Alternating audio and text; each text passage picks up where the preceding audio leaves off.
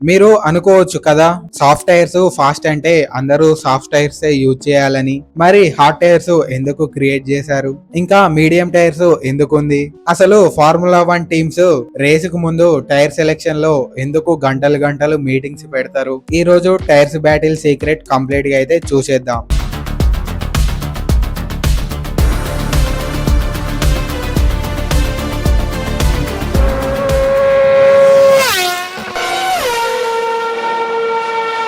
So hey guys, welcome back to my YouTube channel. This is Jan vlogger. So last వీడియోలో వచ్చేసి మనం tyres అంటే ఏంటి, అసలు ఎన్ని రకాలు ఉన్నాయి, అసలు ఏ కలర్ ఏ టైర్ కు ఉంటుంది అనే విషయాలు తెలుసుకున్నాం. సో మీలో ఎవరైనా ఆ వీడియో చూడకుంటే చూసేయండి, సో మీకు టైర్స్ అంటే ఏంటో అర్థమవుతుంది. సో అందరికి తెలుసు టైర్స్ అంటే బ్లాక్ కలర్ లో ఉంటాయి, కార్ కేస్తారని. కాకుంటే F1 టైర్స్ డిఫరెంట్ అనమాట, అందుకే ఆ వీడియో చూస్తే మీకు అర్థమైపోతుంది. సో ఈ రోజు వచ్చేసి సాఫ్ట్, మీడియం, హార్డ్ టైర్స్ మధ్య డిఫరెన్స్ ఏంటి, బెస్ట్ ఏది, ఏది ఎప్పుడు యూజ్ చేస్తారు అనే టాపిక్ ని డీప్ గా అర్థం చేసుకుందాం.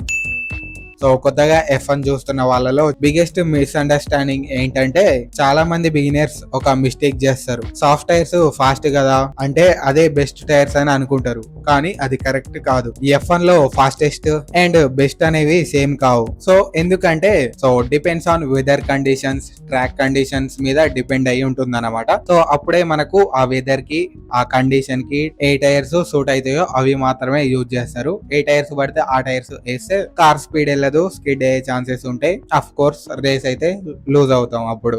సో అందుకోసమే ఎప్పుడు ఏ టైర్స్ యూజ్ చేయాలో టీమ్ డిసైడ్ చేస్తుంది డిస్కస్ చేసి.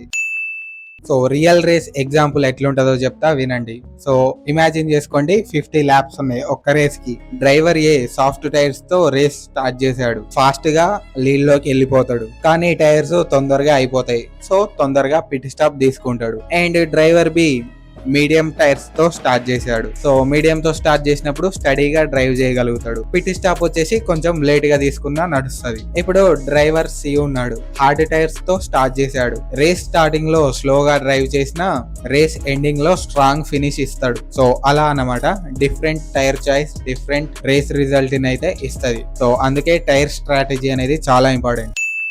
సో ఇప్పుడు మనం వెదర్ ఇంపాక్ట్ రేస్ మీద ఎంత ఉంటుందో చూసేద్దాం. ట్రాక్ టెంపరేచర్ కూడా టైర్ చాయిస్ ని ఎఫెక్ట్ చేస్తుంది. వెరీ హాట్ ట్రాక్ ఉంటే సాఫ్ట్ టైర్స్ ఫాస్ట్ గా డ్యామేజ్ అవుతాయి. కూల్ వెదర్ ఉంటే హార్డ్ టైర్స్ వార్మ్ అవ్వడం కష్టం.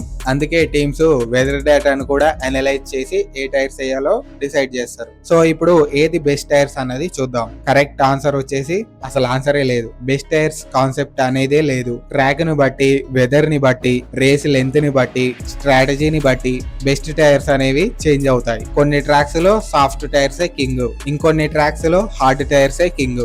F1 లో టైర్ సెలెక్షన్ అనేది ఒక చెస్ గేమ్ లెక్క ఉంటది అన్నమాట.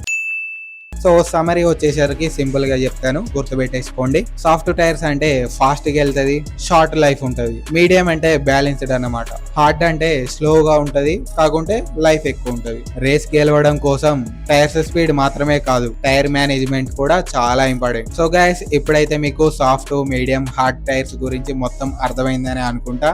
F1 లో టైర్ చాయిసెస్ చాలా సింపుల్ గా అనిపించిన ఛాంపియన్షిప్ రిజల్ట్స్ నే చేంజ్ చేయగలవు. సో ఇది అన్నమాట ఈ రోజు వీడియో వచ్చేసి. సో రేపటి వీడియోలో టైర్ స్ట్రాటజీ గురించి తెలియజేసుకుందాం. So that's it for today. Thanks for watching. Bye bye.